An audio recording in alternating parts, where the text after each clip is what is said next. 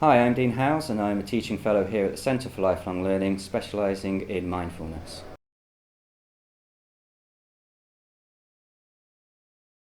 In essence, mindfulness is a state of being where a person is fully engaged with whatever they're doing in the present moment as moment passes to moment.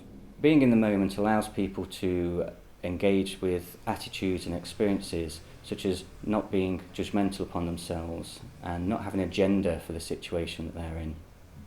Also, an important part of mindfulness is generating gentle curiosity about yourself, so we're not too hard on ourselves and we don't judge ourselves too much. Another quality of mindfulness is that we accept the moment and particularly ourselves in the moment. And in these situations, we find ourselves freer to make choices and to maybe respond in different ways if that's what we want to do. A further quality of mindfulness is that we try to generate something called the beginner's mind, which is where we try to view everyday objects or situations or even people in a new light with freshness and vividness and interest.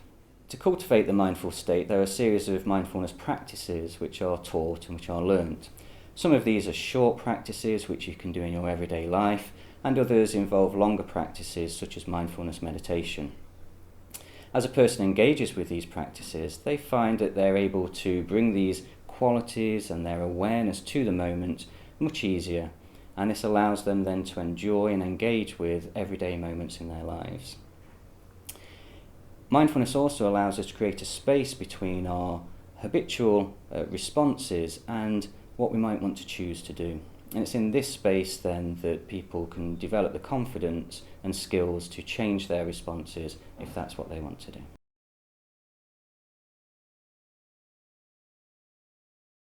Over many years of practicing mindfulness myself, teaching mindfulness and helping people on a one-to-one basis through coaching with mindfulness, I've seen firsthand the real transformative power of mindfulness in people's lives.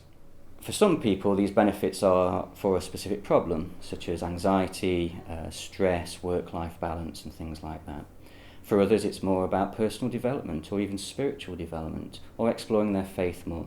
For me personally, I came across mindfulness as part of the rehabilitation for an old footballing injury I had, and I was really interested in how the mind can influence the sensation and experiences of pain, but also of everyday experiences too.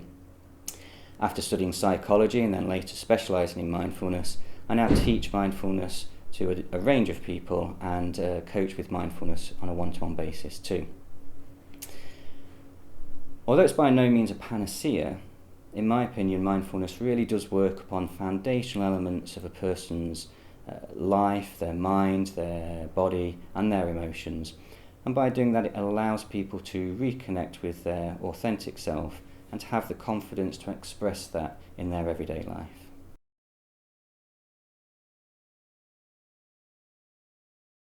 As a teacher of mindfulness, the thing that I enjoy the most is that each mindfulness group and each set of students are unique and on a very personal journey.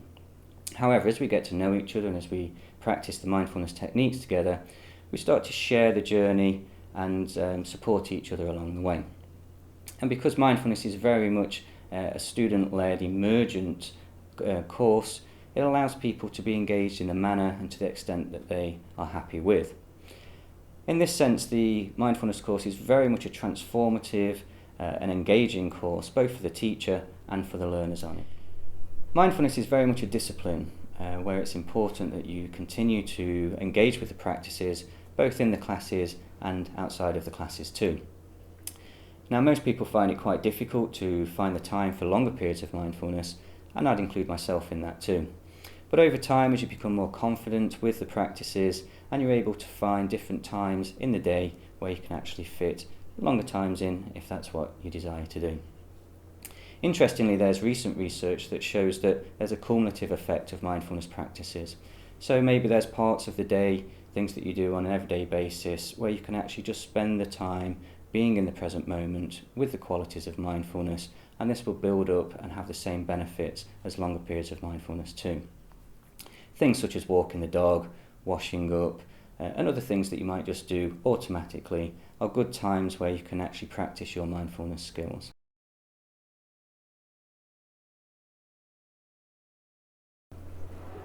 I've taught mindfulness here at the Centre for Lifelong Learning now for many years, and our foundational course called Mindfulness for Everyday Living is now in its 10th iteration. In response to learner feedback, we also now offer a course called Cultivating Mindfulness. This is a 1-hour experiential course for people who have already had experience in the practices of mindfulness. I'm also very excited to offer the Mindfulness for Everyday Living course online. On this course, students will have access to all of the resources, all of the activities and all of the guided practice from the Mindfulness for Everyday Living course. In addition though, and what makes this course really unique is that there will be live online sessions led by myself where students can interact, we can have guided practices, and the students can share the journeys with each other in a discussion format. By offering these live sessions on a weekly basis, students on the Mindfulness for Everyday Living online course can also benefit from contact with the tutor and other members of the group. By having this course online, it allows students to engage via their PC, laptop or smartphone. Studying online allows students to be flexible in terms of their approach to how they study, when they study, and they can really tailor the course around their everyday lives. If you're interested in learning more about the mindfulness courses offered by the Centre for Lifelong Learning, please visit the website.